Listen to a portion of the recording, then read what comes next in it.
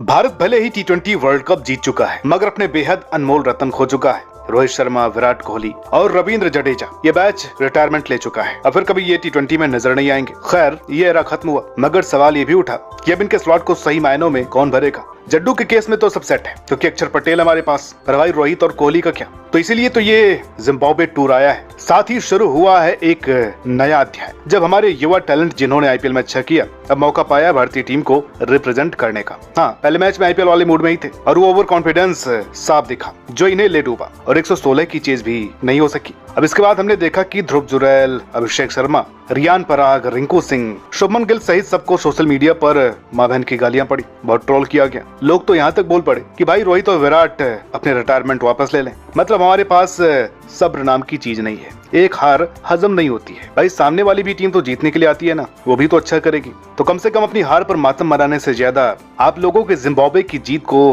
Appreciate करना था। खैर, माना कि स्कोर चेंज होना चाहिए था, बिल्कुल बनने चाहिए थे, लेकिन इसका मतलब ये नहीं है कि आप किसी की फैमिली को अब्यूज करने लगो। भाई 4 दिन पहले वर्ल्ड कप जीत करके आए हैं, तो इतना तो सब्र रखिए। हार जीत चलती रहती है। हम तो कहते हैं सीरीज भी अगर हार जाए तो कोई गम नहीं है, क्योंकि आप चाहे या ना चाहे, ये जो टीम गई है यही टीम हमारा फ्यूचर होने वाली है। तो गलतियां करने दीजिए, सीखने दीजिए। खैर, पहला मैच तो हारे, लेकिन दूसरे मैच में शर्मा जी के प्रहार से कोई नहीं बच सका। जो अंदाज इन्होंने दिखाया, उसने जिम्बाब्वे के सभी बॉलर्स की वॉट लगा दी। महज दूसरी इंटरनेशनल अपीयरेंस और भारत के लिए फास्टेस्ट शतक जड़ दिया भाई ने, सबसे तेज सेंचुरी। पहले मैच में 6 मारकर खाता खोलने के चक्कर में आउट हुए, मगर इस बार भाई ने खाता भी पहली बॉल में 6 से खोला, 50 भी 6 से किया और 3 छक्के मार करके 100 रन भी पूरे किए। तो क्या हमें फ्यूचर का सुपरस्टार मिल गया है? भाई आईपीएल की परफॉर्मेंस के बाद ये बंदा डिजर्विंग था भारतीय टीम के लिए, और जो इनका इंटेंट है ना, वो इन्हें मरवाएगा भी, मगर वही इनकी दीवानगी की वजह भी है हम फैंस में। मैं जानता हूँ कि हमारे कई दोस्त इस सीरीज को फॉलो नहीं कर रहे हैं, क्योंकि वो इंतजार कर रहे थे भारतीय टीम के उन सुरमों का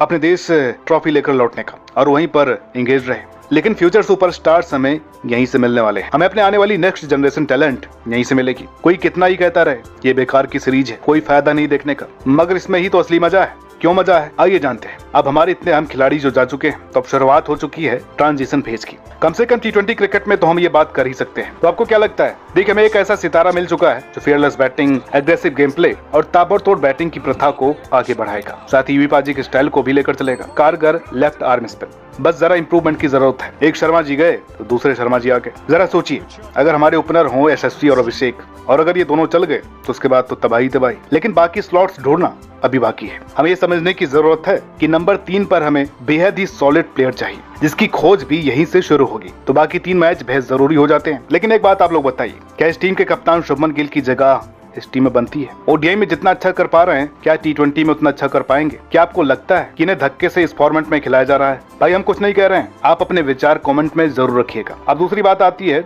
जनरेशनल एस्टेब्लिशमेंट। दूसरी बात यह है कि हमें अगले 10-12 साल तक इंडियन क्रिकेट के क्रूशियल प्लेयर्स मिलने वाले हैं, जिनका नाम हमें आने वाले टाइम में लगातार सुनने को मिलेगा। यही नाम गूंजेंगे। तो ऐसे में जो आने वाला है वो फिल्म है, और ये उसका ट्रेलर है। अगर आप ये ट्रेलर नहीं देखेंगे तो आप मूवी का अंदाजा नहीं लगा पाएंगे। तीसरी बात, ये टूर एक ओपन ऑडिशंस की तरह है, जहां कई बैटिंग पोजीशंस के साथ साथ बॉलिंग टेंडम की भी परीक्षा है, क्योंकि अगला विश्व कप कब आ जाएगा आपको पता भी नहीं चलेगा। उस यंग टीम को बिल्ड करने में इस सीरीज का बेशकीमती रोल रहने वाला है। जहां ऑडिशन चल रहे हैं, जो बेहतर कर गए वो अगले लेवल पर भारतीय टीम का कोर मेंबर बन जाएगा। इसलिए ठीक है, जिसके भी 2 मैच खराब गए उसको ज्यादा दिल पर मत लीजिए, और अगले 3 मुकाबलों में अपना जी जान लगाइए, तभी टीम में आपका सिक्का चलेगा। उसके लिए यहाँ पर आपको परफॉर्म करना पड़ेगा। भाई अगला वर्ल्ड कप है 2026 में। अब ऐसा तो नहीं कि ऐन मौके पर टीम बनेगी, उसकी तैयारियां तो अभी से शुरू है ना। ये एक नए साइकिल की शुरुआत है, जहां टीम बिल्डिंग शुरू होगी। यहाँ पर हर किसी को मौका मिलेगा सिवाय संजू और यूजी के, क्योंकि बीसीसीआई को इनसे तो एलर्जी है। या तो टीम में नहीं लेते, और अगर कहीं मजबूरी में ले भी जाए तो खिलाएंगे नहीं। मुझे लगता है कि इनका करियर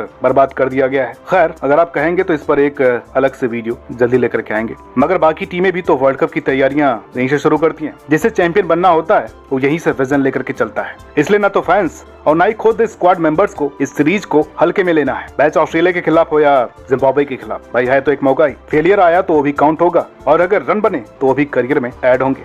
साथ ही यही 2026 वर्ल्ड कप का टिकट भी साबित होगा। इसलिए सीरीज में रंग जमाने का सुनहरा मौका है। बाकी अगर आप हार भी गए तो नो प्रॉब्लम, हम आपके साथ हैं। लड़के यंग है तो क्या हुआ, है तो अपने ही, खेलते तो नीली जर्सी में ही है। तो भाई हम इनको पूरा सपोर्ट करेंगे, पूरी सीरीज को फॉलो करेंगे, क्योंकि यहीं से आगे की चढ़ाई हो। बाकी आपका इस टीम के बारे में क्या कहना है कमेंट करके जरूर बताइएगा, और मिलते हैं आपसे अगली वीडियो में। तब तक के लिए नमस्कार।